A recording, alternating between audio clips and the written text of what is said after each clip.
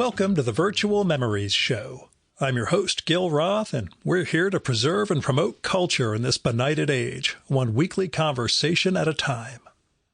You can find and subscribe to this podcast via Apple Podcasts, YouTube, Spotify, and a whole bunch of other venues. Just visit our site, vmspod.com, to find more information, as well as our RSS feed, which you can plug into any podcatcher so you never miss an episode of the Virtual Memories Show. You can also follow me on Blue Sky, Instagram, and YouTube, where I go by vmspod, and subscribe to my semi-weekly newsletter at buttondown.com/vmspod. Well, I made it through my pharma conference last week. My attendees and my sponsors and speakers seemed happy with how it went, which means I'm doomed to host another one next year. I did ask the hotel to look for dates in September, which would be before the end of the government's fiscal year. So that way, maybe I won't get screwed by a potential government shutdown like I did this year when I had to come up with 3 speaker slots pretty much in the last week to offset the ones who were not permitted to speak because of the U.S. government shutdown. Anyway, I got a lot of other stuff I want to talk about, and I'm going to save that for the end of the episode, okay? So when you get to the outro, that's when Gil does his thing. The short version is today is my 20,000th day on Earth, and I got some feelings to share. But I have a feeling I might go kind of long, and I really want to get you guys to this week's show. So my guest this time is Lance Richardson, who was on in 2018 for his biography of the rebel tailor Tommy Nutter. Now he is back with a magnificent biography of the writer Peter Matheson. It's called True Nature, The Pilgrimage of Peter Matheson, and it's out now from Pantheon. So Matheson, he lived a lot of lives over his 86 years as a writer, a Zen student and practitioner, Roshi, naturalist, CIA agent, an activist for environmental and other progressive causes, a cryptozoology buff, co-founder of the Paris Review, a serial philanderer and pretty bad father, and more.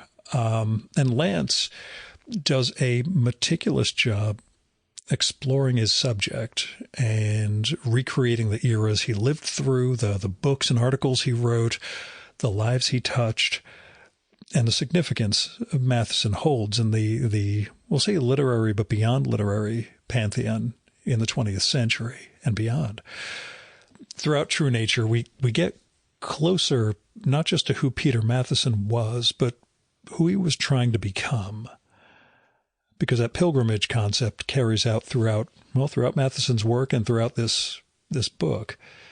I mean, this is a writer who won the National Book Award for his nonfiction book, The Snow Leopard, back in the 70s, about a trek through Nepal with the naturalist George Schaller.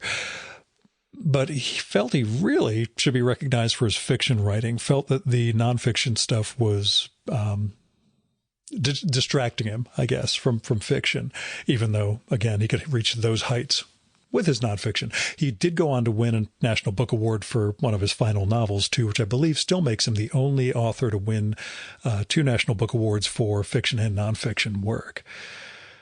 I should note also, going into True Nature and explaining this stuff to you, you do not have to be a Matheson fan to enjoy this book. I had only read The Snow Leopard before, and that was like earlier this year in preparation for this podcast. So I do not have a huge Matheson background, and I was absolutely floored by this book.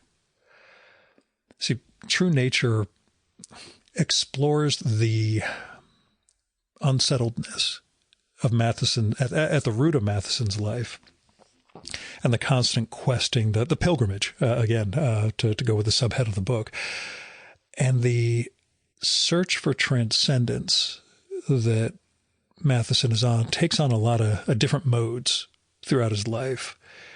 And we see what these furtive attempts at finding something beyond himself and finding some purer self to become, how that works and doesn't work, and the toll it takes on others, and then the art that it leads to, and the blind alleys that it takes him down, like his decades-long fixation on Bigfoot, which we'll talk about. But the book is also about the books, and Lance goes deep into the writing process for a number of Matheson's major works, and he shows us the struggles, the press coverage, and the publisher battles, and the magazine commissions, and the things that get spiked and not spiked, and the times he left his family behind for the work.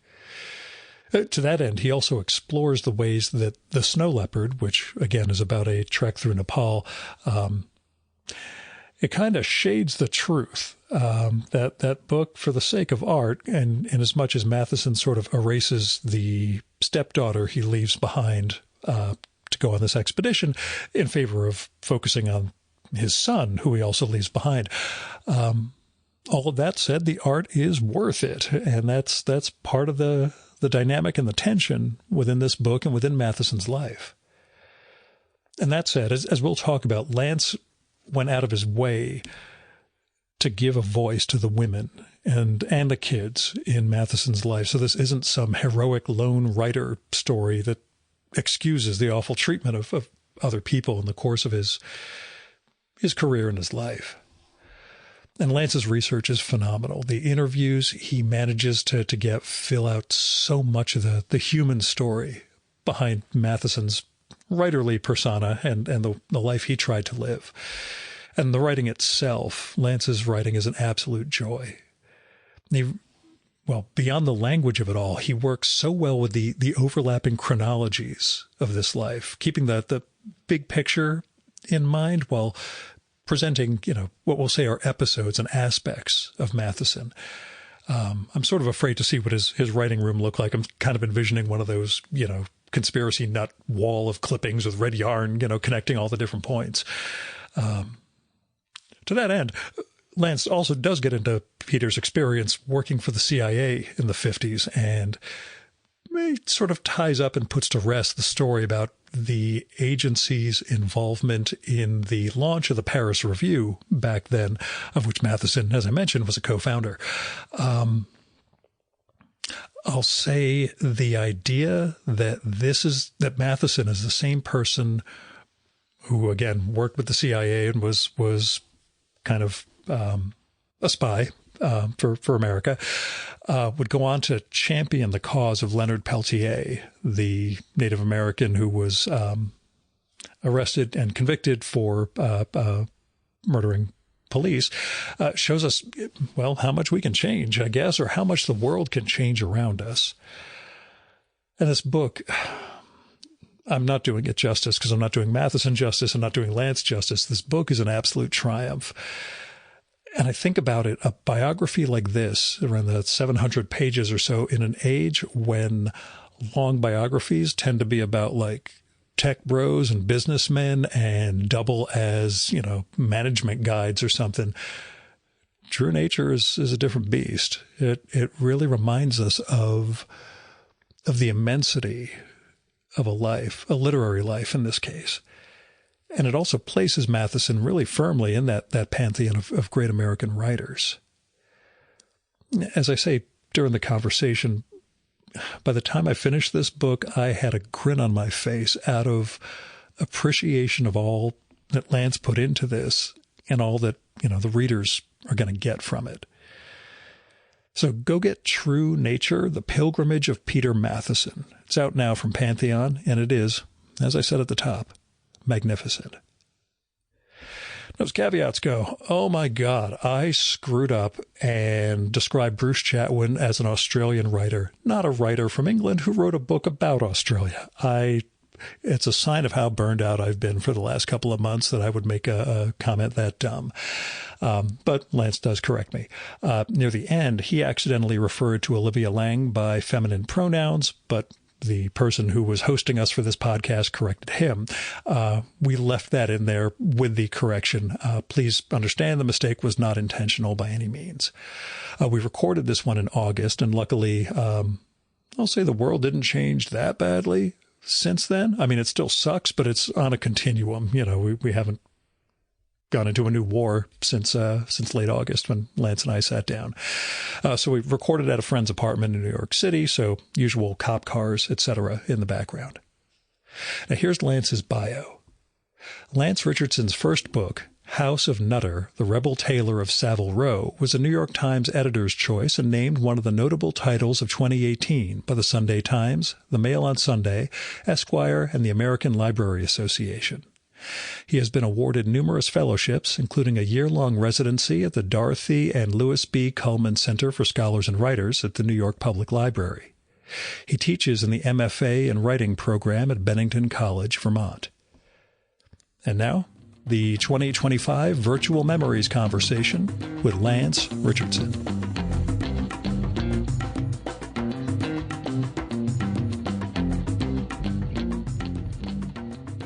So where'd the book begin for you? Where did Matheson begin for you?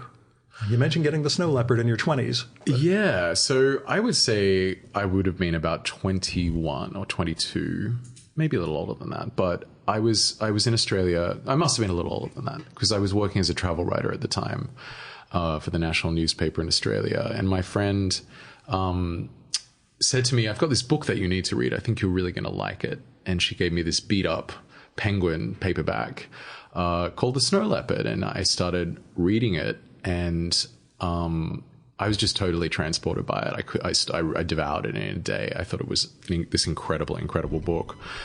But, you know, as often it is with these sorts of things, I think you like something or you respond to something for reasons that you maybe can't articulate initially. And so I read this book and it really resonated. I couldn't stop thinking about it, but I didn't necessarily understand why.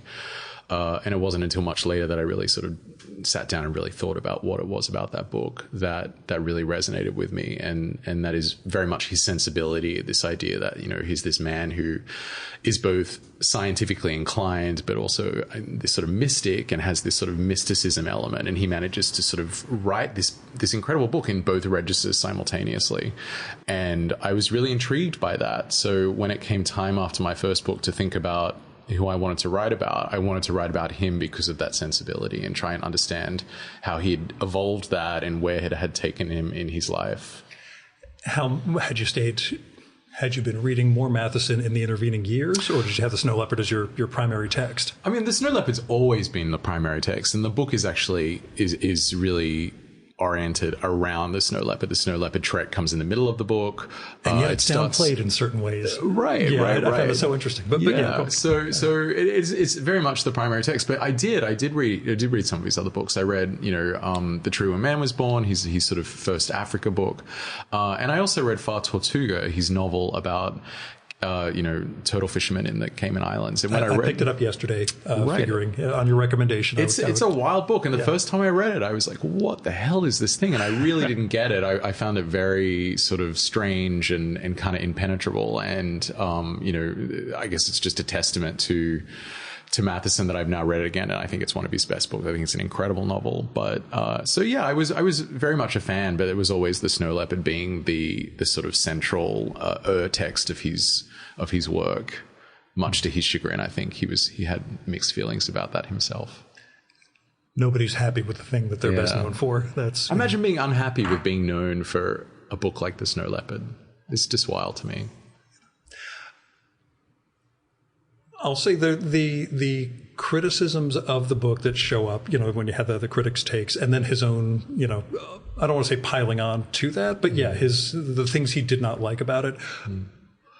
You can get those, I guess, from somebody on the inside, but to an outside reader, I only got to it this year at your recommendation, or last December I started it. And it's one of those. I wish I had read it 20-something years ago. Changed me in some interesting ways, in as much as a 54-year-old man can change at this point. I think we can always change. I like to hang on to that idea. I like to think so. Yeah. I do have this whole question about the nature of change and transformation for people, but we'll tackle that at some point. Although that actually kind of leads into the question of writing biography. How do you feel you captured who he is? How well do you feel you captured it? And what is that shape, I guess, that hunt? Right. It's always very, a really complicated question and something that you think about a lot when you're writing a book about anybody, but especially somebody of this stature who's so well known in his field for what he did. You know, it was a constant concern as I was writing it. Like, was I getting every aspect? And I don't think I got every aspect. I don't think I got his humor and his sort of, you know, his sense of humor that he had, and he was incredibly funny. And I don't think I captured that fully. You know, but that's really tough unless you're doing scenes. Well, that's the thing is like how, you know, and I thought about that and I thought, well, I haven't captured this, but how do you capture that? You know, there's only so many times you can write in a book, this person was funny. It just doesn't really communicate it, does it? So inevitably something's going to be missed. But, you know, I definitely was constantly thinking about the shape of him as a figure and whether or not I was capturing him, but I also never knew him. So that's the other thing. You know, people often ask me, did I ever meet him? And I didn't. And I think that for me was a good thing because it was freeing in a way. But it also means that, you know, when it comes to capturing him, like I don't have that model. Yeah, it doesn't correlate to the guy. I don't have this outside thing. So I was only ever capturing this person who was sort of emerging from the materials that I had anyway. So, yeah. How do you describe him? Given all the hyphens. Hard. Yeah, it's tough. What's your it's tough. It's tough. I mean, yeah, who was Peter Matheson is a really, you know, it's one of those, it's like a fractal. The closer you look, the more complicated it becomes. I think the easiest summary is that he was a novelist, a naturalist, and a Zen Roshi. I think those three things, those sort of three prongs, are kind of the easiest way to get him. But, you know, it doesn't really, they're sort of, they're just titles. It's not really who he was. And I think he spent so much of his life trying to work out who he was himself, which is why he's so interesting to read and write about, I think. Were you expecting 7+ years of research and writing? I don't think anyone ever expects 7+ years. I mean, it's actually not. So it was sort of 8 years all up, and I don't think in the realm of biography, I don't think that's unusual. I think that's probably pretty average. And that most, you had one under your belt, but most biographers also underestimate drastically. Oh, yeah. If you look at my original contract, I think it was due in like 2019, and it was supposed to be 140,000 words in the original contract, and ended up being 280 when I handed it in, like 6.5 years later. But yeah, so no, I absolutely had no idea what I was getting myself into. But initially, it was not really conceived as a biography anyway. I wanted to write a book about the landscapes and the animals that he had written about in his life. And I wanted to revisit those landscapes and those animals to see how they had changed because of climate change and because of the state of the world. So I was going to, you know, go to Kenya and see the elephants. I was going to go back to the Himalayas as I did, but for different reasons, and kind of look at the landscape and see what the state of the glaciers were and that sort of thing. So it was supposed to be kind of that. And there was going to be a thread of biography throughout. But what I found as I was researching it is that his life was so interesting and so kind of complicated and dramatic and wild that I really didn't need that stuff. That if I just told the story straight from beginning to end, it was already so astonishing that I really didn't need to embellish it with any other sort of hijinks. So, you know, a lot of that dropped away. I still did do a lot of the travel, but it's sort of mostly as background and kind of undergirding the research rather than kind of being the focus. And getting to see what the space is like. It's that old Robert Caro thing of being on those steps in Texas and that's how LBJ saw this, and that's, you know, now I understand where he was, literally what he was seeing. But yeah, how did your first biography, the book about Tommy Nutter, prepare you?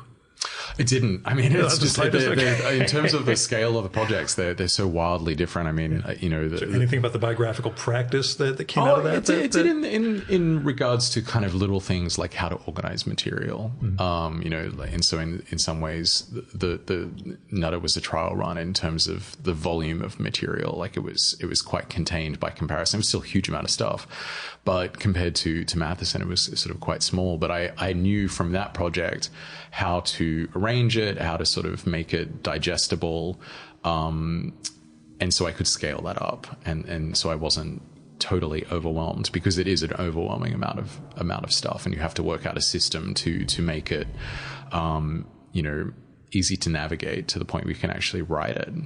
Yeah. And it's not, I mean, it is chronological, but not just chronology. You've got the time jumping around if you want to talk about that. So I wanted to write a book that it is chronological because I think it's very still the sweep hard. Of his life. It's very hard not to write a biography that's not chronological. I think there are a few that aren't, that are quite successful, but by and large, you need to know what's happened to somebody to understand the import of an event. Yeah. So it really needs to be chronological. But I didn't want to write one of those big doorstopper biographies that just is a trudge through time. Like every chapter equals 5 years. Our host was telling me about one that's on his coffee table. I don't want to denigrate the author right now, but I'll tell you what it is afterwards. But he said it's somebody who died much younger than Matheson. The book is longer than yours. Yeah, right. And it is literally day by day. Yeah. And some people, that's valuable in a way, but I didn't want to write that book. I wanted to write a book that was sort of a bit more dynamic. So the way I approached it is that, yes, it is chronological. It does sort of go through his life, but one chapter covers 9 months. Another chapter covers 15 years.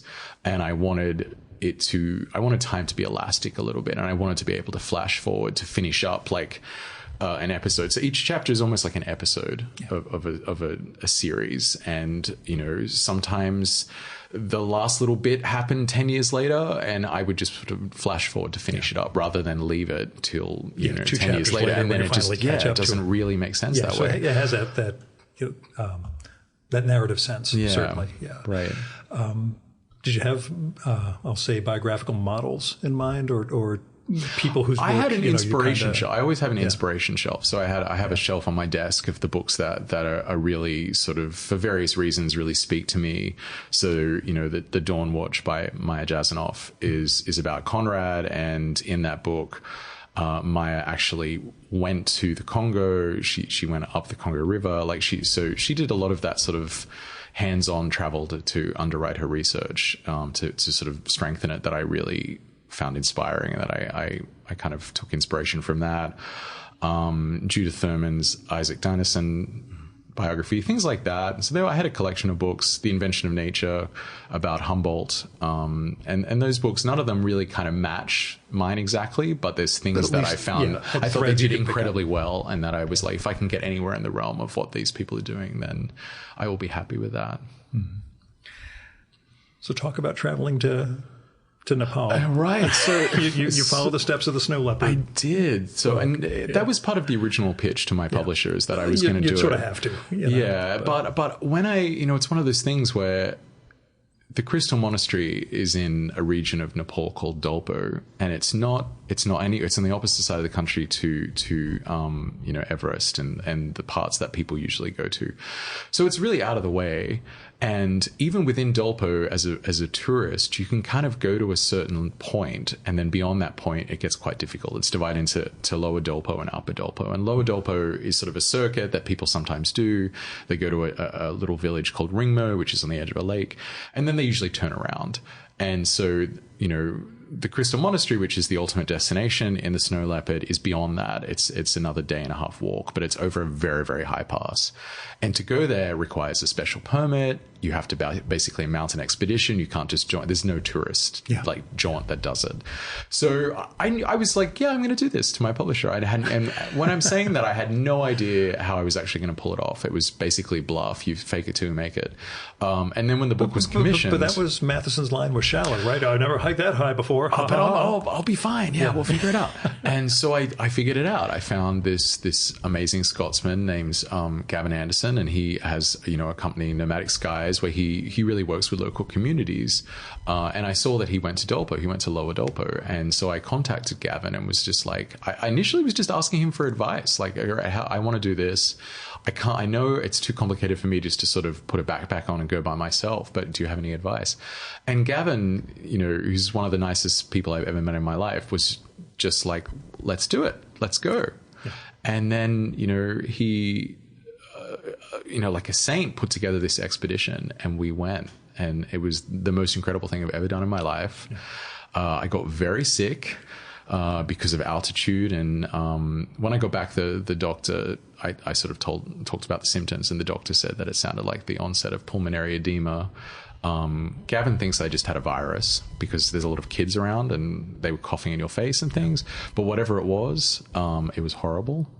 And so, the highest point was 17,550 feet, and that's the Kangla. And basically, once we got past that, it drops down a bit, but my lungs were like cooked. And I was coughing, horribly, and it was pretty bad. So we were at the Crystal Monastery for, I would say, 18 hours. And it is every bit as much a paradise as Matheson describes in the book. It is a really incredible location. Just exposed, the monastery's on this bluff, exposed to the elements. Everything is like, ancient, weathered. There's prayer stones everywhere in the rivers and on the sides of hills. It's really just an astonishing place, and it's unfortunate that we had to leave so quickly. But I don't know, part of me also thinks that kind of adds to the experience, that I got to spend just a moment there. The fleetingness of it. Yeah, it was just also very zen in a way, so it's okay. But yeah, it was an amazing experience, Gavin. I'll owe him for the rest of my life for that. It's the overarching question of the entire book, of course, the nature of enlightenment. The joke being, I was only there 18 hours, but I got enlightened while I was there, so it was okay. Right. What was Matheson seeking exactly, and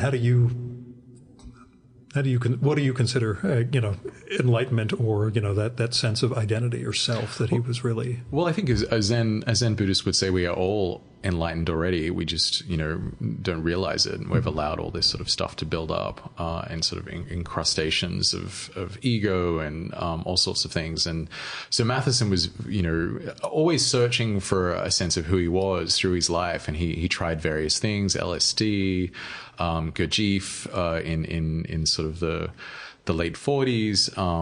So all sorts of things. And then he eventually came to Zen through his second wife, Deborah, who's in the Snow Leopard. She's Dee in the Snow Leopard.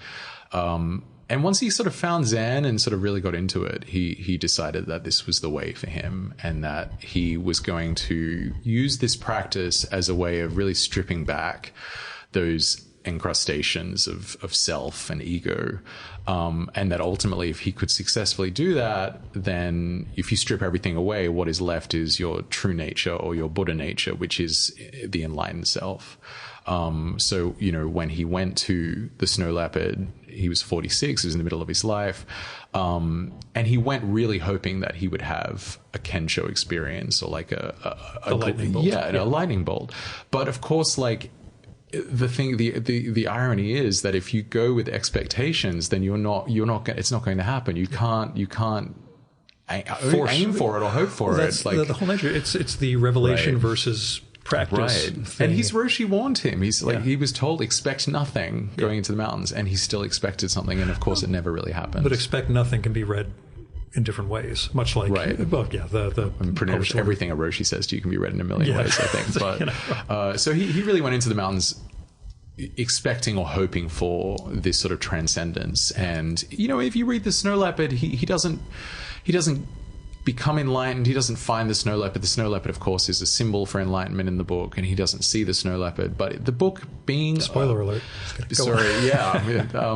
Being a literary construction, he does reach a revelation in the sense that not seeing the Snow Leopard is as much of an enlightenment experience as seeing it, because of course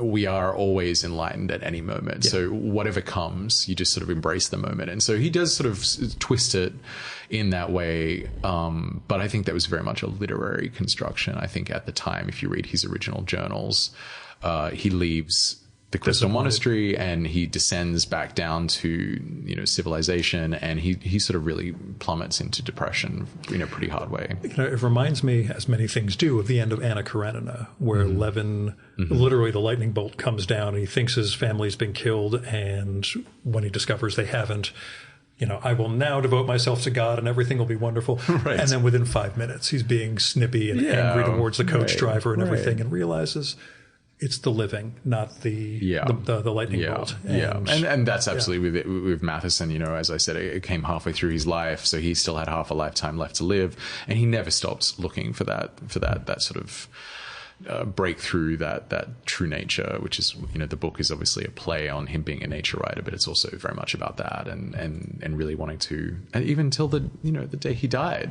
on his deathbed, really sort of hoping for that or wanting that. You mentioned the literary construction of the Snow Leopard.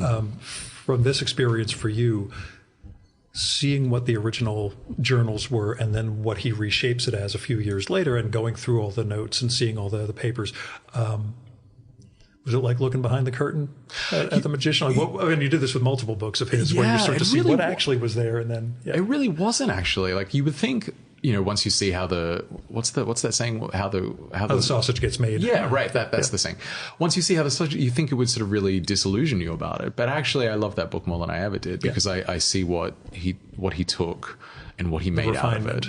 Yeah, it's really extraordinary what he did with that book, and what he did with all his books. I think most of his books are very good. A few of them are masterpieces.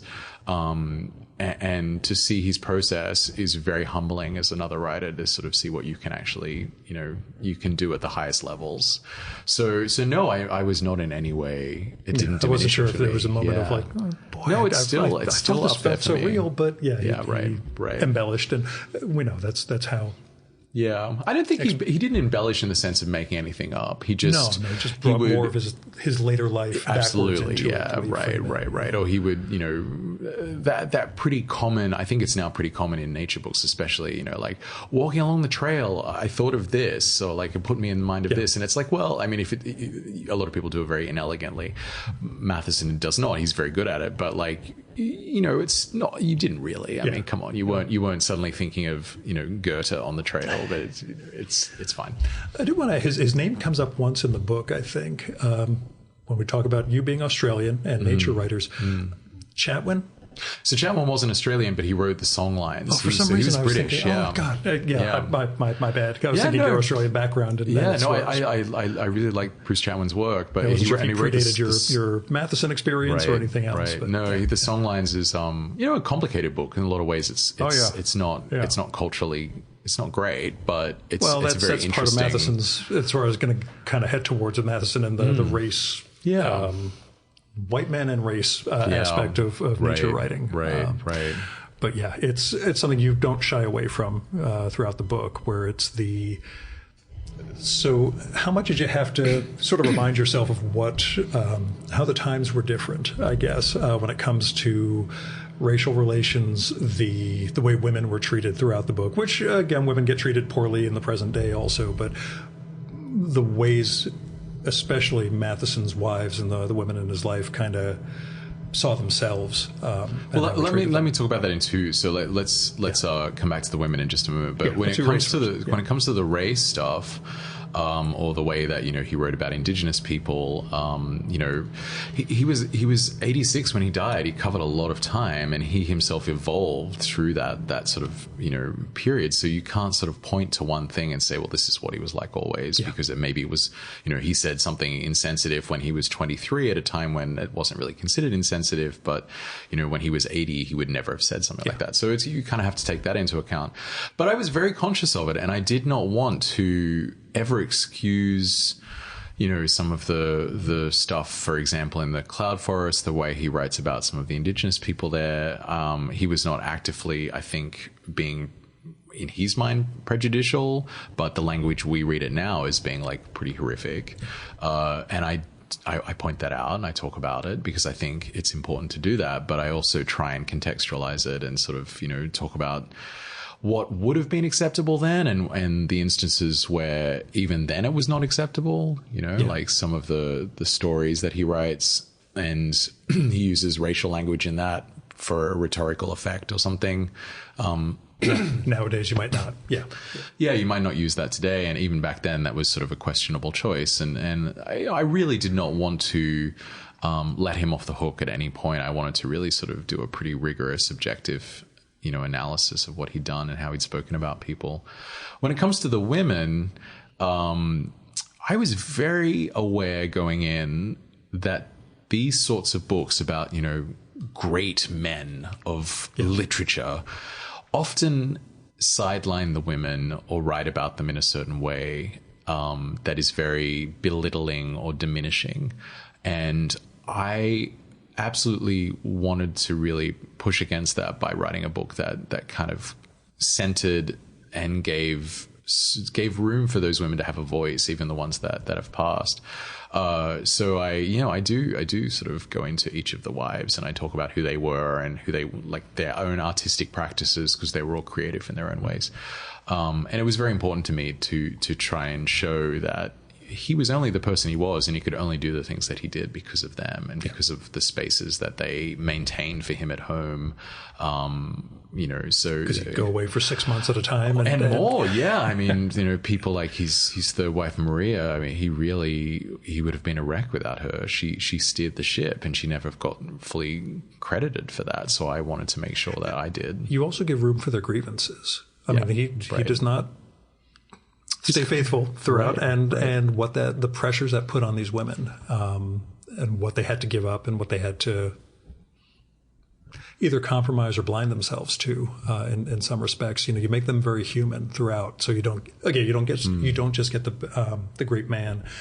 Really get the wreckage. And I also, as much as possible, wanted to not speak on their behalf by just let them speak for themselves. So it's always their letters to him, right? About this stuff, And Maria especially left these astonishing letters, that she lent to me. She sort of gave them to me and let me use them. How did she feel when you came to her about the project? Is that you're supportive? She was supportive. She was always supportive. So Maria, initially, I had tea with her in November of 2017, and that was the first sort of conversations I had. And she was very lovely. She said, I give you my blessing, but I don't really want to be involved with this project, because she had such a complicated marriage with him. And I sort of, respected that and didn't push or anything. But she had all the photo albums. She had all the family stuff. And so I would go and visit her, and I would, be scanning things from the photo albums, and we would be talking, and she would be sort of really curious what I dug up about Peter. So I would sort of tell her. And then over the course of a couple of years, really, we became really good friends. And was she more curious about things from before her time with him, or things from... Actually, I think it was all everything. Of it. Okay, I wasn't sure if it would be more of the... He lived such a compartmentalized life, even when they were together, and they were together for decades. Like, he had parts of his life that she was really not privy to. So she was really interested in hearing about everything. And then, we would talk, and I would sort of, talk about the things that I'd learned or found. And over the course of those years, we became friends. And then eventually one day she decided that she would show me the materials that she had held back from the archives. Mm-hmm. So their most intimate correspondence about, their marriage.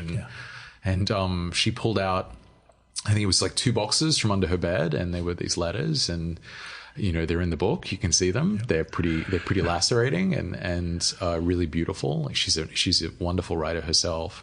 So I felt very privileged that she would trust me with those. And really, when she finally read it, once it was finished, all done, she really didn't have any sort of substantive. No, I mean, I think the kind of, it was the sort of thing of like, Lance, you mentioned that the bookshelf in his bedroom was tall, but actually it was short. Yeah, I'm like, okay, Maria, I can change that. Like, that's fine. I can fix that. There was nothing terribly, there's some really raw things in there. Mm-hmm. And I was worried when all the family read it, because you never really know. And there's all these horror stories about families of, famous people being very protective. And actually the Mathesons were incredible, and actually really, rather than encouraging me to demanding to take stuff out, they really encouraged me to go further and to be as honest as I really could be. So I can't really have asked for a more wonderful experience with an estate.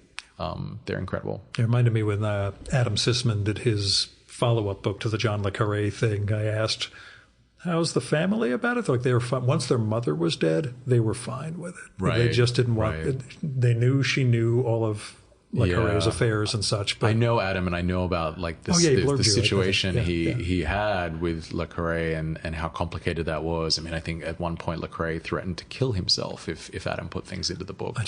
So I did not have anything like that at all. I was very lucky. The book changed. That book changes tone. That first biography of his, there was a moment where I was only reading it right before the follow-up about the affairs, but the big biography, there's this moment in the 70s where the entire tone of the book changes. And I thought, that's probably where he finally went to Le Carré and said, look, I've got all this stuff. Right. What am I supposed to do here? Right. And he just kind of changes things. And it's much more about the books from there on instead of the personal lives. I'm really glad that he had an opportunity to go back and sort of do the postscript. And do the postscript and really add it all in so that he does have this book that is complete, a complete portrait of this person. I'm glad you got to do the entire shebang in one volume. Yeah, me too. Yeah. Person you wish you could have talked to who was living, somebody who didn't want to participate? Who was living. You mentioned one editor near the end who did not want to speak from Modern Library. And, but were there other, I really wish, or just I could have gotten to this person, but there was just no time. There's little people along the way who would have been able to elucidate various instances or events. There was no real crucial person who was still around who wouldn't talk to me, absolutely instrumental. I mean, his daughter wouldn't talk to me, his eldest daughter, but for various reasons that was okay.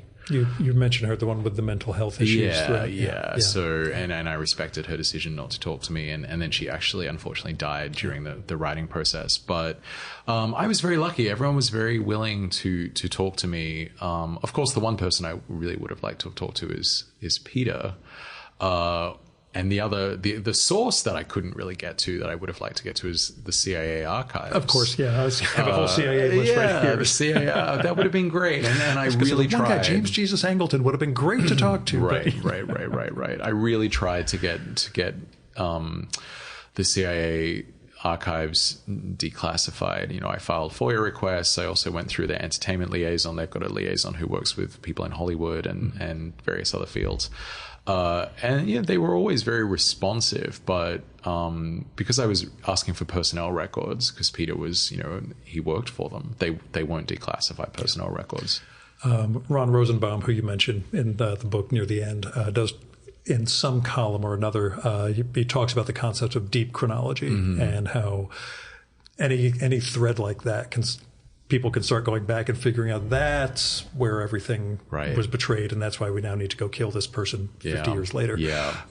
So you can sort of understand where they're coming from. But it's still infuriating. Not infuriating, it's just frustrating. And actually, the funny thing is that the little things that I really wanted to know from those archives it's not really the big questions of his dealings with the French Communist Party. I want to know his code name. I just like little things, these little details that that plagued me, that I knew that he had a name over there that I couldn't find out, but they're in those damn files.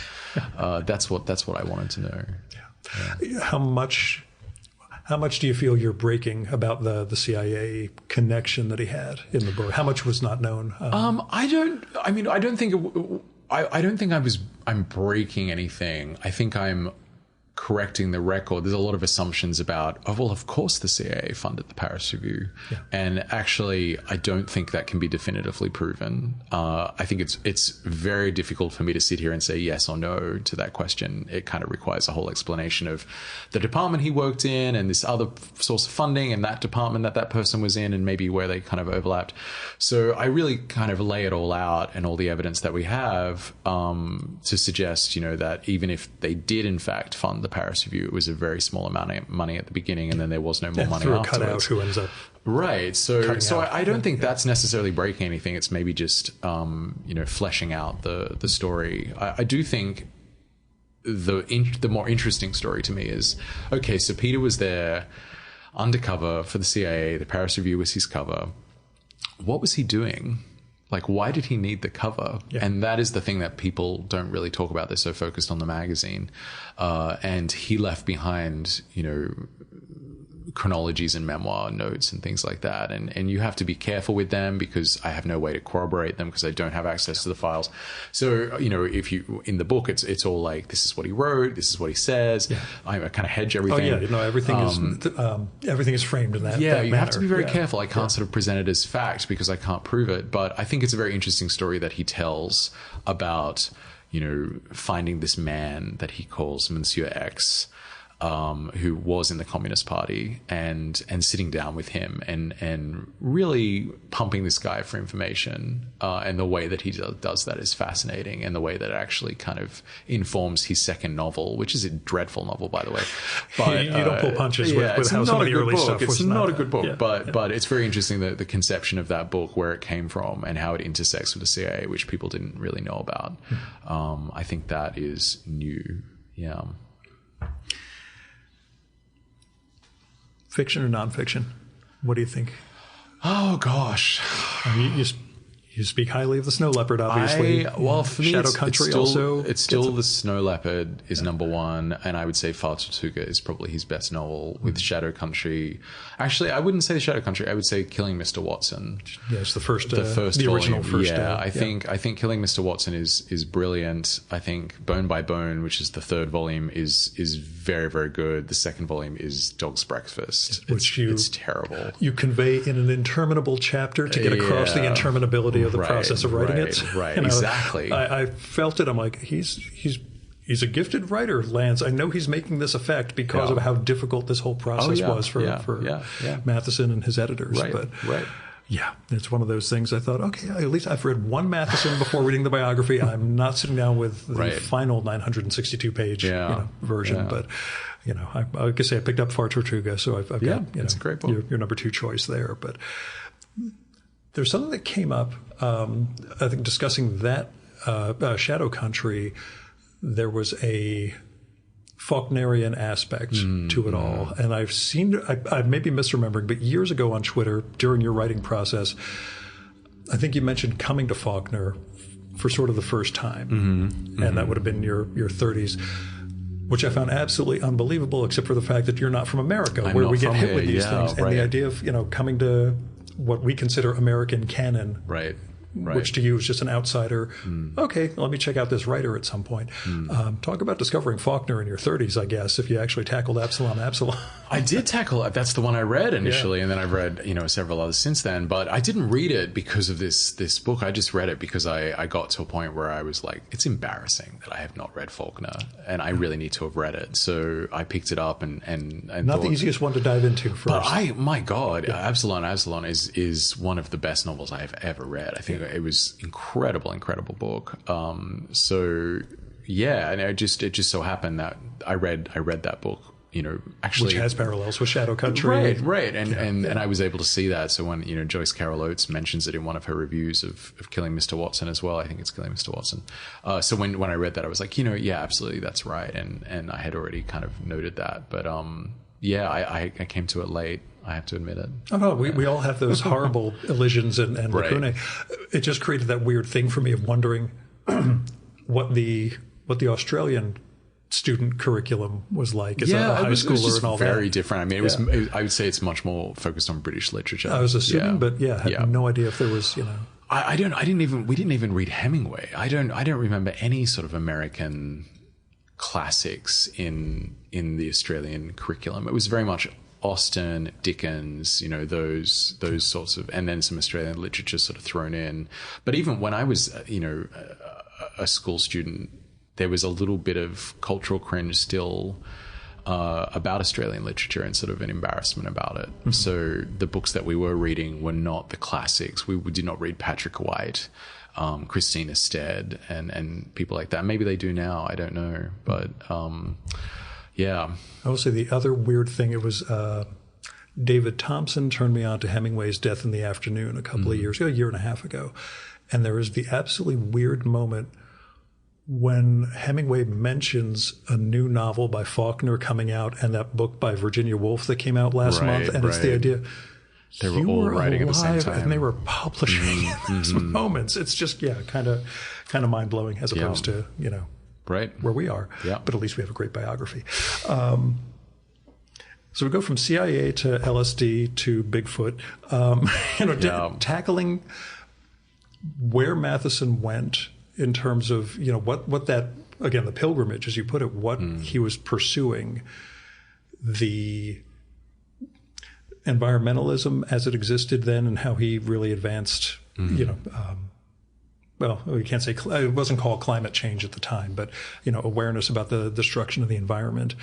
And then feeding it, because it was the weirdest part of the snow leopard for me was all the Yeti stuff. And then reading the book and realizing that was not a one-off, that, he also had this, as I told you before we recorded, as somebody who watched the original Bigfoot episodes of the $6 Million Man, it was a big cultural, it was a big cultural thing back in the 70s. It was Bigfoot mania.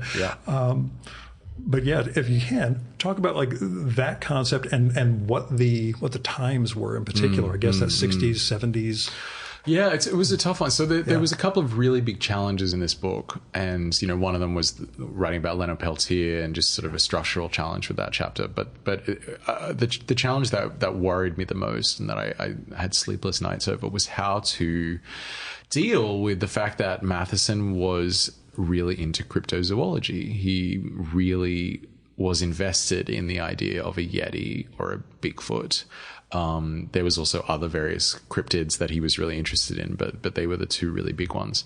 And how to deal with this subject in a way that wasn't making fun of it. And that did not sort of like, didn't mock him because he took it very seriously. So I wanted to take his seriousness very serious.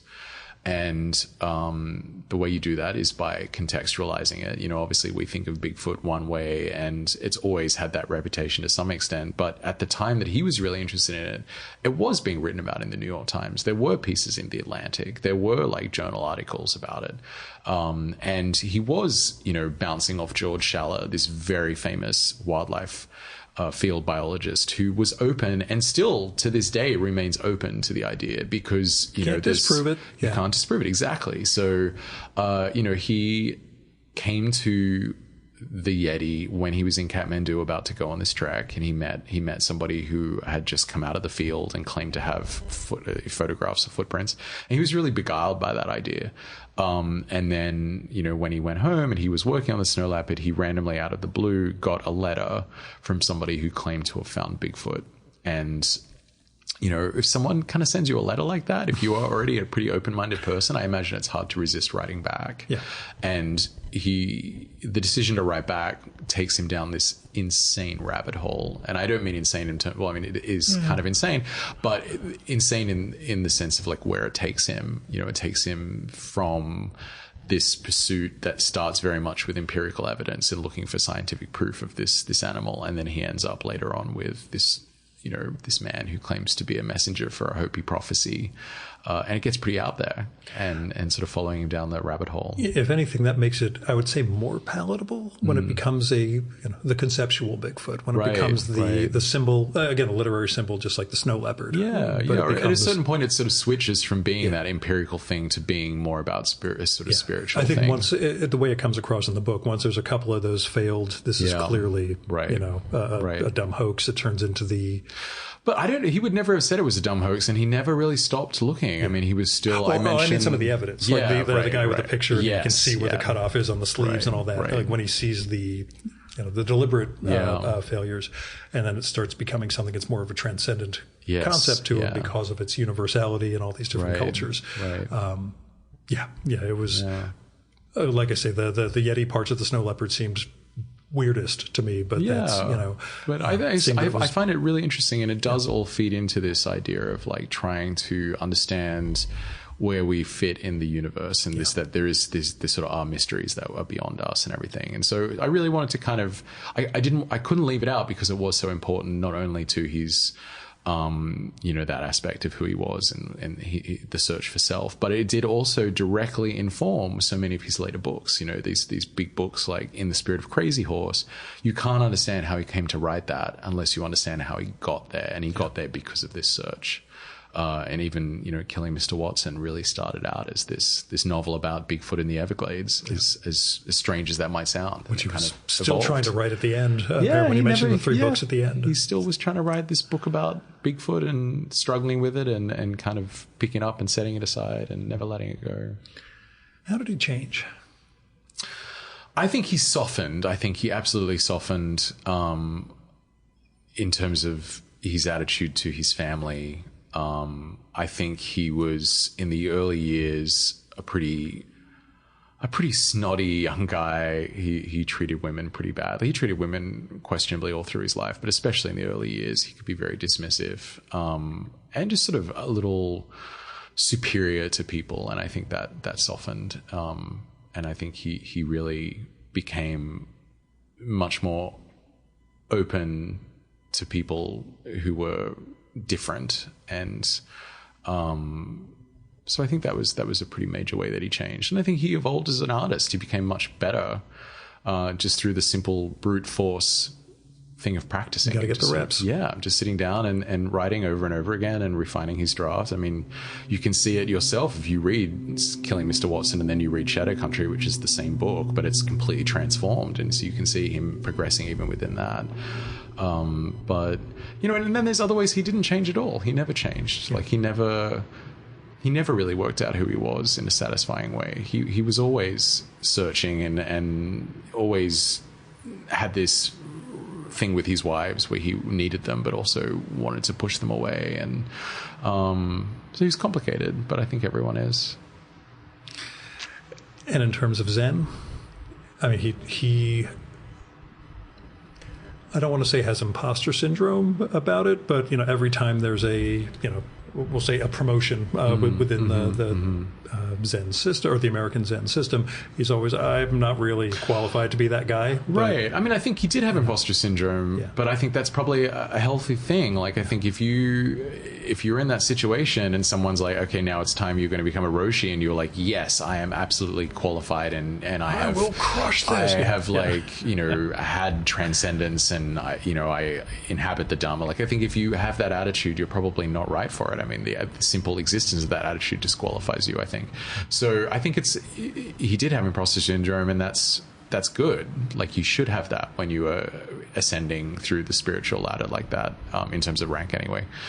But then there is the question of, was he really ready for that? I don't know. I mean, I'm not really maybe qualified to say, but I think some of his students would say no. Had you ever practiced it in any? For this book, I did spend time at Daibot Satsu, which is the monastery in the Catskills. We went up there a few weekends and sat, and I find Zen intellectually fascinating, the ideas of it and the concepts I find really compelling and exciting. The actual practice of sitting in Zazen is excruciating for my knees. I find it very hard to clear my mind, but that's part of the struggle. Like, that's the process. Like, no, it's not like some people find it hard so they don't do it and other people find it easy. No one finds it easy. It's always hard. It's just, do you have the discipline and the drive to actually push through that kind of hard, that sort of barrier? And I probably don't. But I find it really, really exciting on a sort of conceptual level. And everyone that I met there, all the monks and, the Roshi, and they're all such wonderful people, and I have so much respect for them. Yeah. Any other meditation practice? I ask because I only took up meditation after reading The Snow Leopard. Right. I just do this Sunnasvana corpse pose and listen to a Brian Eno track and just kind of zone out for 15 minutes. But no, I don't, and I really should, because I think it would help me calm a lot of things. So maybe saying. I need to put that on my schedule. Come up with a good mantra, right? Or I guess you could do the transcendental meditation thing. But when you mention him softening and becoming kinder towards a family, having lost my father very recently, I'm very bummed I did not have the experience that his son Alex had with him in Greenland, where he just sits him down and tells him at the top of a fjord what a shitty father he was, and goes through the litany. He doesn't just leave it at that, but really lays everything out. Do you feel that was a turning point in any sense for Matheson himself? Did you get a vibe of, after that, things changed in some respects? Absolutely. Between the two of them, yes. For sure. I mean, it changed his relationship with Alex. I mean, Alex would say this himself. And so I think, in that regard, and then Alex became very much the kind of the representative of the kids that Peter would sort of go to and deal with. And Alex is the executor of the estate now. So I think absolutely with that, but I in terms of just him as a father in general and with the other children, I would say no, he always struggled in that regard, even right up to the end on the deathbed. There's a bit I talk about where he's on the experimental treatment that's going to kill him. And Luke, his eldest son, asks him if he's afraid of dying, and Peter got very offended by that question. You know, it's sort of, I guess, a slight on his masculinity that he would be afraid. So here he is, you know, literally hours or, you know, days before dying, and he's still having this argument Macho with his son. Thing. Yeah. So, yeah. Yeah. It was an interesting, the paradox of Peter, as he's dying after decades of Zen practice, nonetheless is trying to cling on to life as much as he can. Right. And it's you know, that the breakthrough, actually, that's really interesting. That idea of, you know, he always would talk about wanting to let go, like the tree lets go of the apple. Yeah. Like, you know, just sort of gently, when it's his time, just let go. Yeah. And I think that's, you know, the aspiration. And as a Zen teacher, that is the teaching. Is like, blow away like the blossom or something. And I really struggled, like a lot of people, with the fact that he, when it came down to it, didn't do that he really hung on, and he did try this experimental treatment, and a lot of his friends were confused by that. And then I had a conversation with someone, I think it was Christopher Merrill, I need to check again who said it. And they said, well, you know, it's ultimately he was just a Homo sapien, like he's just a human. Yeah. And I only know one person who literally kept his wife from calling the ambulance because he knew. Right. And his son told me, he's like, I don't think he was afraid of death. He was afraid of dying and being in a hospital and all that stuff. And he figured if he had the choice, don't pick up the phone. And 2 hours later, he was gone. Right. So when I was told that, it was just, that was very much like, that's it. Okay. So you can say whatever you want, but at the end of the day, he's just human. He's just, you know, if there's a chance. Right. And once I heard that, I was like, okay, now it all makes sense. Yeah. So aspect of him you really had no thought about before? The thing you learned most about him, I guess, as you started going? Well, I mean, the Bigfoot stuff for sure was quite... Knew it was there, but didn't realize it was... I mean, I knew it was there because I read the snow leopard, so it's the Yeti. I did not know about any of the Bigfoot stuff, which is boxes and boxes of his archive. That was all very new to me. I didn't really know the full extent of his involvement with Leonard Peltier and the American Indian movement. I hadn't read that book. That's one of the ones I hadn't read before I started it. And so, there was absolutely aspects of his life that I didn't know anything about when I set out. There's aspects that I really struggled with his treatment of women. Yeah. And I constantly was sort of finding myself, you know, you spend so long with somebody like this, they become almost like a member of your family. Yeah, I wonder about that for you also. Yeah. So there was never a point at which I hated him, but there were points at which I was very frustrated with him, and it was usually something to do with his treatment of women. And I wanted to kind of shake him and be like, what are you doing? Why are you acting like this? Did you have any affinity for that literary era in general? Those, you know, American writers, 50s, 60s, 70s? I mean, absolutely. William Styron, I really like all those, and Capote and everyone like that. I really loved that work. And I was, but the affinity was less to do with his literary kind of cohort, because I think he very much stood apart from them, and more with just the types of things that he did. Like, I used to be a travel writer. I have a degree in anthropology. Like, animals, you know, are really important to me. So all of the things that really mattered to him were things that matter to me as well. So I really resonated when he was, you know, going to New Guinea or you know, floating through the Amazon looking for a giant fossil, and those sorts of things really excited me because they are things that I was already interested in. And it reminds you of an era when, like, Sports Illustrated would pay in advance to go send you to, you know, spend 2 months somewhere.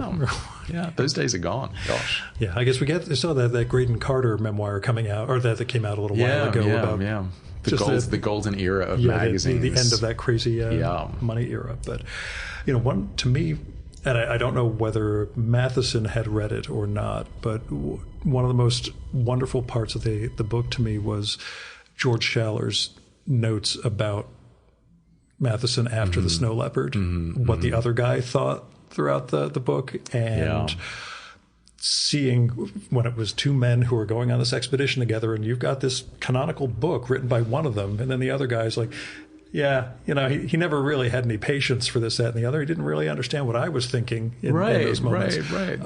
Do you know if Matheson ever knew that was Schaller's perspective, or is that I don't think so. I mean, that was in Schaller's diary, so there's no way that Peter would have read that. But yes, no, if he would have told him, or right. And I don't think what Schaller wrote in his diary undercuts what's in the Snow Leopard at all. It's just so interesting that it really emphasizes the idea that they were there for fundamentally different reasons. Yeah. That Schaller was very much there for his scientific expedition. He was there looking for the Burrell, the Himalayan blue sheep, and he didn't understand why. He gets frustrated about Peter he would go off and meditate and Schaller's like, what are you doing? But for Peter, that was the purpose. That was why he was there. So I really like that letter because it does just play up that idea that they were these two men who were traveling together, but also not. They were on their own journeys there. Because even within the Snow Leopard, you get those moments where he's and you mentioned it in the book where he's incensed that Schaller has left and left his snippy note. I've got to carry all this stuff up, and then you start to get a little of the other guys.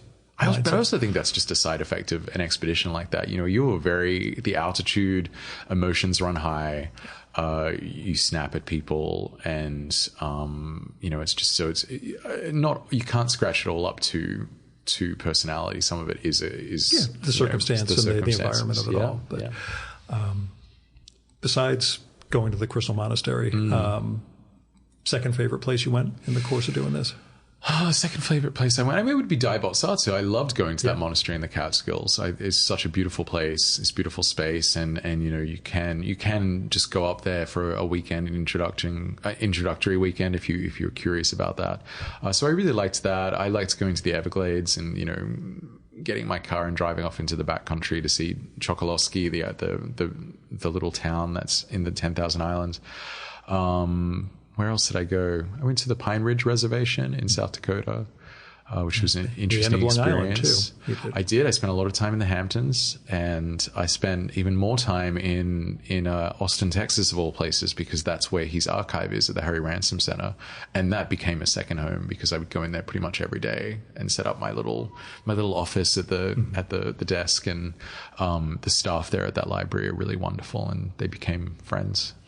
So just like I asked you about what the Tommy Nutter bio helped you with going into this one, what comes out of this that helps you? What did you learn from making this book that if your next biography, I know X, Y, and Z, and how much is non-scalable, as it were?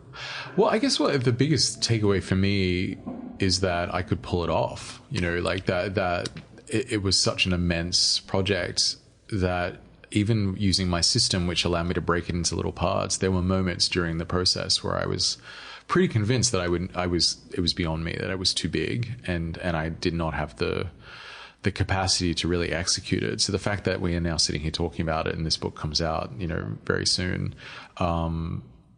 is a kind of boost to the confidence that I can pull it off. I don't think we can also underestimate the importance of you being 13 years younger than me and how irate I am at you for producing something this goddamn great, because it really pisses me off. I wasn't doing anything else while I was doing it. It took years of my life. Yeah, so. Sure. I negotiated pharmaceutical contracts with the FDA, but whatever. You made something amazing and thank you. Finished it around the age of 40, which leads to the question of, Jesus Christ, what are you going to do next? Yeah, so that is the $1 million question. I have spent the last 18 months trying to answer that. I have ideas, and there's one idea that I think I am pursuing, but it's a pretty high bar, and so I don't know that it will come off. And I'll tell you off the record who it is. Yeah.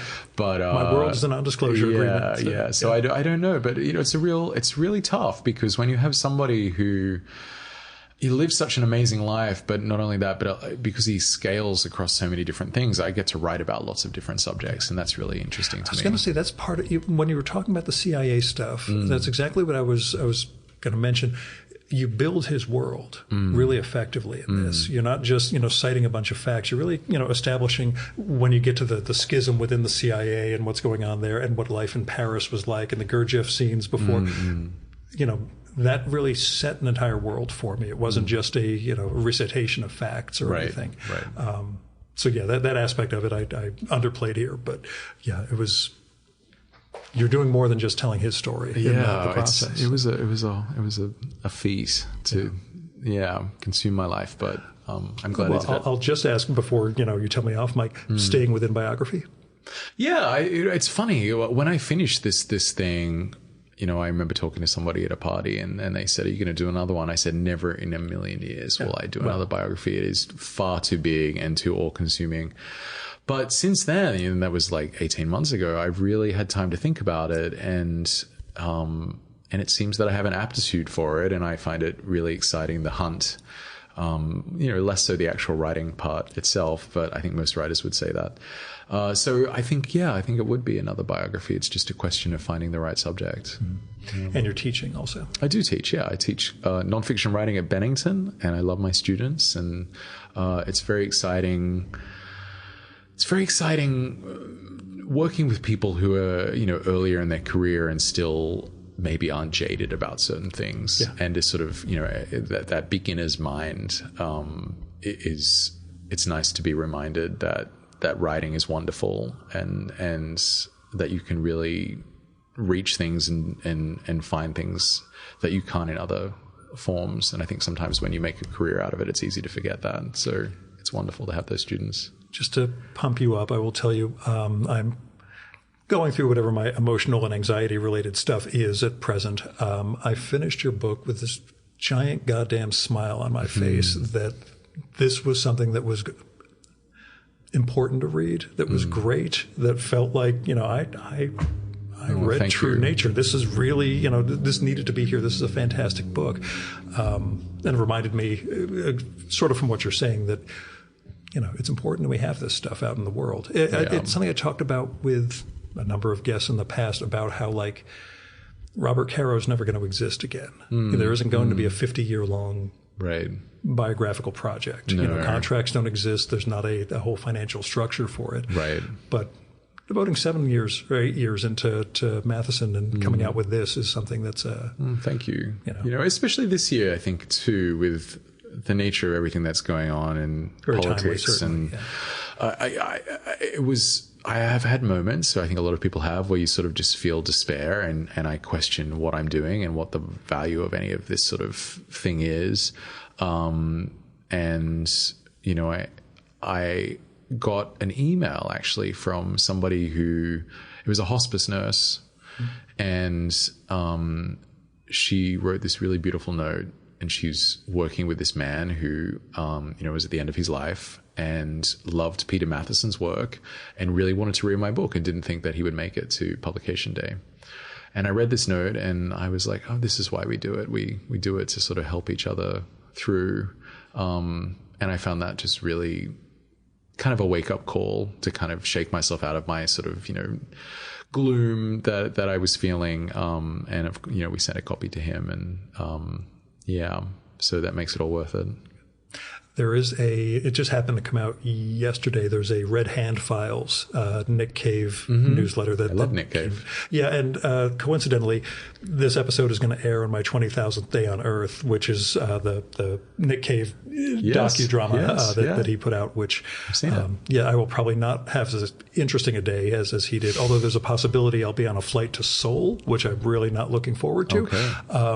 State Department, they brought this up, and I was just like, but October 15th, it's Lance's Pub Day, and it's my 20,000th Day on Earth. But, we'll see what they end up deciding to do to me. Yeah. He had a reader, or the person who submitted a letter, mentioned going to a Cave show. So he lives somewhere in New South Wales, and seeing Cave years ago, and the woman he eventually married stood him up at that wedding, or that concert, and he was writing because she never actually has seen Cave perform live, and he just, every time you're performing in the whole general area, it always sells out. And Cave wrote back this neat letter about Australia in general, and then just said, also I'm going to get your email. I'm going to put you and your wife on the guest list, and this way you don't have to worry about getting tickets, but being part of that experience, because everything this guy conveyed about how Cave changed his life, getting to see him in a performance. You realize, that's a different relationship to audience, but still there's that sense that we reach out beyond ourselves. Right. Time, these works can have a real impact in the world. Maybe they don't change things politically, but they can mean something personally. And I think that's really kind of important to remind yourself about. And I was very happy to see how many of my past podcasts have shown up in your book. Oh, really? Starting with Amor Tolles. Amor, yeah. But Stephen Garnaccia gets a mention because of an illustration. Ron Rosenbaum shows up for an interview. Yeah. Bruce J. Friedman shows up at a party just for a reference. I'm like, yet another one of my guests. So it's always nice seeing that big web of guild connections showing up. But the big question, and I usually warn you this is coming, what have you been reading? What have I been reading? I've been reading quite a lot of Olivia Lang lately. I really admire her work. And who else have we been reading? Did you take anything with you for the trip down here? I mean, Olivia Lang. I've been reading her back catalogue. So I would just say Olivia Lang, really. I've been going back through her books, and she's got about 7 of them now. So I've been sort of just reading through and chronologically and just going through them. She's and now wonderful. You've got the Baldwin book that your friend Now did I have the Baldwin. Now I have James Baldwin, Baldwin, A Love Story. I hate to interrupt. Olivia Lang actually uses they, them pronouns now. You're right. No, thanks for the correction. Yeah. So if you want to ask them, I definitely. We apologize. Yeah. Olivia Lang is a they and goes by they and them, not she. So we'll make sure that we don't insult them going forward. I had my first trans guest a couple of weeks ago, and that was also making sure I didn't do anything wrong, because I realized in the moment it was also the first time I'd ever sat down with anybody trans and just had a conversation, and I thought. Boy, I hope anything I say that's accidentally insensitive is not taken as deliberate. And he was good about it all. And now I'm reading Lucy Sant's memoir. I've wanted to. I've heard it's wonderful. Yeah, I've only read a couple of her books previously, and I had just finished this gigantic reread of something else, and it was on my Kindle, and I thought, let me read it at night. And I started and just... seeing it's actually that question about transformation and change we were getting at the very beginning. Do you believe people are capable of change, and what does change consist of? I think I like to think people are capable of change, because I think to not really believe that is so depressing. If we're all fixed and we never change, what's the point of anything? I mean, do you think that changes what Matheson's Zen practice was like, the stripping away? Or I think that's what he wanted it to be, and it's a process of working towards it. I don't really believe somebody can step outside the door one day and have a complete personality change. I think it's a gradual thing. You really have to work at it. But I have to believe that we can, because I think the alternative is too grim. Yeah. I'm team change, although I try to figure out whether change can be outside of who we are, or, a returning to some core in self. I like to believe, much like my white blood cells that have mutated beyond recognition, that, we can also kind of change into things we're not meant to be. But that could be the subject of your next book. Maybe. We'll see. Yeah. And whatever you're considering, are you looking at something that is a shorter project? No, it's bigger. Going to take you to age 50 or so? Yeah, I mean, if it's the project that I end up that I'm sort of circling, I think it's bigger than this one. So we'll see. But it's a pretty intimidating prospect. In the acknowledgments, you talk about some of the financial challenges of it, and I'm not going to say what numbers were, but off mic, when we recorded 7 years ago, you talked about some of the finances of making the Tommy Nutter biography. Yeah.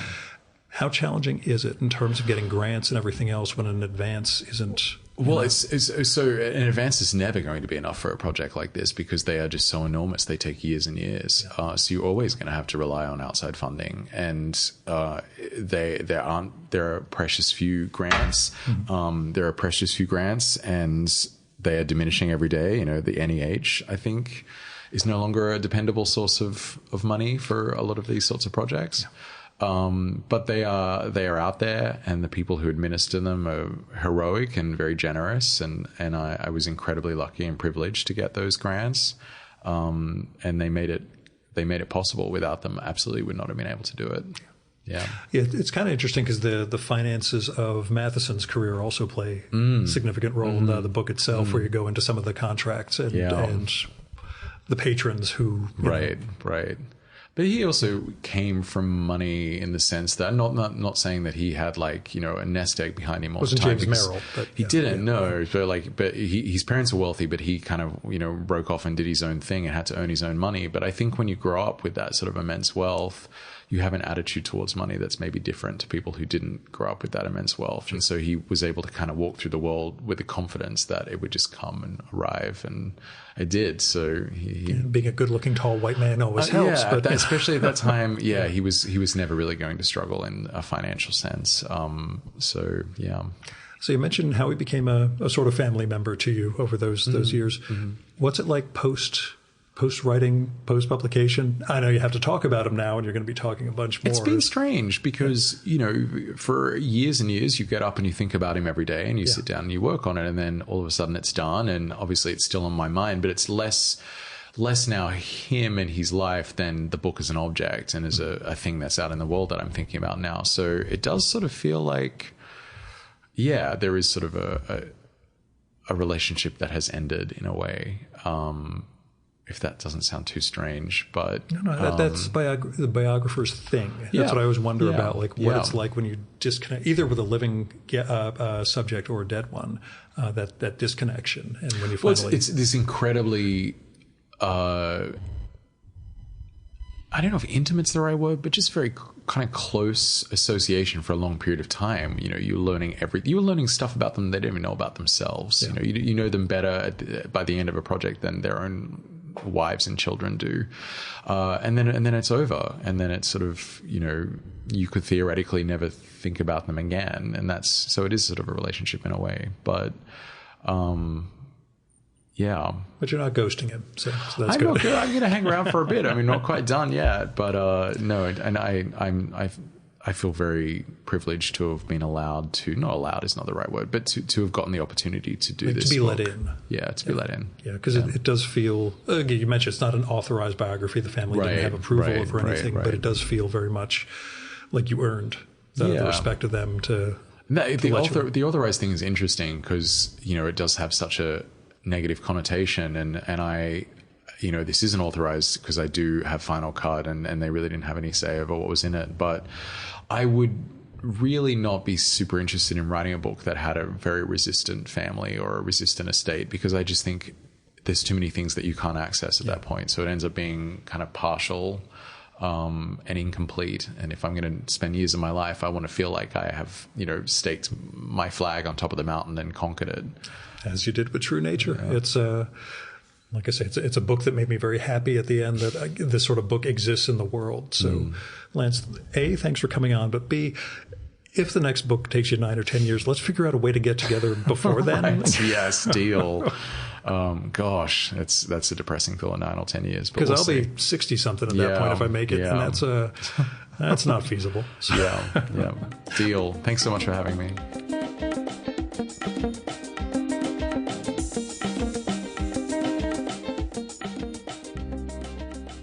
And that was Lance Richardson. Go get True Nature, The Pilgrimage of Peter Matthiessen. It is truly an amazing accomplishment, bringing the immensity of Mathiessen's life and times to us. Like I said, I'm so happy a book like this can come out in this day and age. A project like this can really, sustain itself. I know we talked about the economics of all this stuff, but the idea that Lance is able to put it together and spend 8 years working on this project is, it's amazing. And it's all right there on the page, too. That said, Lance does have a social media presence, which you wouldn't believe for somebody who is this devoted to his work. He is on Blue Sky as Lance Richardson, all one word, and on Instagram as Mr. Lance Richardson. Mr. is just MR, and it's, again, all one word. His website is Lance N. Richardson, Ann is in Nancy, and it has plenty about True Nature, as well as his first biography, House of Nutter, which is a very different book, but still a blast to read. And it's got info about Lance's book tour, articles, interviews, and more. So go check that out. Now, as other stuff goes, I don't have anything written down for this, but this is my 20,000th day on Earth. That is not a number I'd ever really contemplated before. But about 2.5 years ago, I saw the docudrama that we mentioned during the podcast, 20,000 Days on Earth, about Nick Cave's 20,000th day. And that got me thinking, boy, I wonder what mine is. And it turns out to be this very day.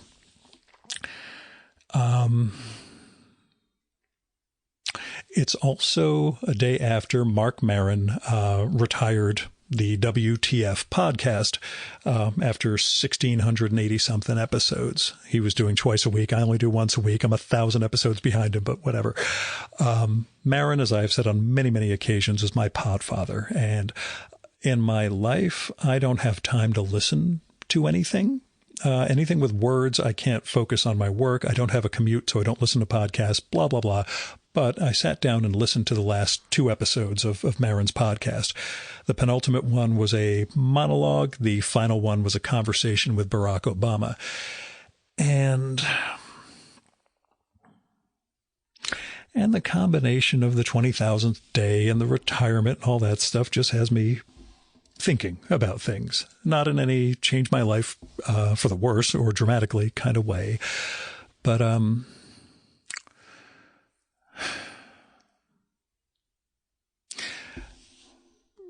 in the monologue episode Maron did, it's not a great one. I think in the months leading up to his retirement, he must have talked more emotionally and fully about the end of the line for the show, because this one was more kind of rote. He was, kind of reciting a couple of terms and their dictionary definitions and anxiety and things like that, how they play into who he is and what he became and what the show became. But he made a comment about the interviews where he said, "I live for connection. I need it to know that I exist." And that struck home a lot. I mean, I've talked a bunch. I didn't ask me anything episode recently where I go into some of these things, but and also in the recent episode with Hunter Prosper, we kind of get at this topic too. Who we become when we're talking to someone else and what it means to recognize the other person. And to recognize ourselves in how we're talking to someone else. Maybe we discover something about ourselves in what we say to another. That stuff the show has given me as a gift. And I know Maron's had the same thing. He has gone through this in a different way, and we have different styles and blah, blah, blah. But the things that he and I and Hunter and other people who do this regularly start to experience, besides the sharing ourselves in these sort of monologue formats where it's more one-sided and people can respond to us, etc., the moments in conversation where each party sort of unfolds in front of the other in ways that they didn't understand or think were coming, and how important that is, what the moment of connection means, and how we do live for that. During the Obama episode, they talk about preparation, and Obama says, to him, doing stand-up comedy would be the scariest thing in the world, which I agree with. And that, doing the reps helps with this sort of thing and with stand-up and all that stuff, which I also agree with. Maron at one point talks about the podcast and his anxiety going into pretty much every single episode and says, I still keep it fresh by being terrified, which is also the case with me. The anxiety and the, am I going to screw this up? How am I going to make this episode absolutely perfect? Drives every single one of these that I go into.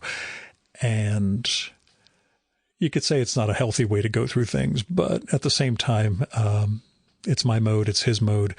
It's how we approach not the world, but our interactions with one other person, what it means to sit down with someone and want them to be the center of your life for an hour or so while you talk to them. So 20,000 days, I don't know. I'm not going to see 40,000 days. That would get me to 108. I pray I'm not going to see 40,000 days.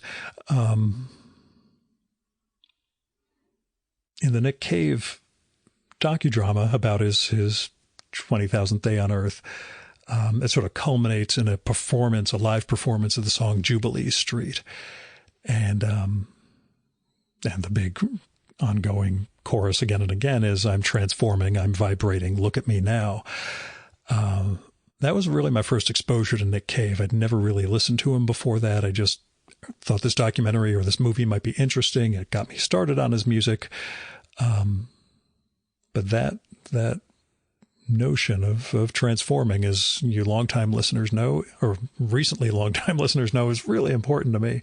Whether we can change, whether we become something else or we just become closer to our own core. I asked Lance that. I asked everybody that. What was Matheson looking for? Did he think he could transcend, or did he think he could get to some core self throughout all these explorations, throughout acid, throughout Zen, throughout the notion of getting in touch with nature through this pursuit of the Yeti and Bigfoot, through the flesh, through the philandering, the pursuit of women. We live for connection. Like Marin says, it's a question of what that means and how we commodify it, how we make it real, I guess. Along with Marin's retirement, I should add, while he was my podfather, the influence that got me started doing this stuff, his producer, Brendan McDonald, also helped me out when I was getting started. I DM'd him on Twitter a couple of times about recording equipment, output audio settings and things like that for the software that we use. And he was very forthcoming and helpful with that stuff when I was starting out. So Brendan McDonald, thank you for everything you did to help make this show possible. 20,000 days.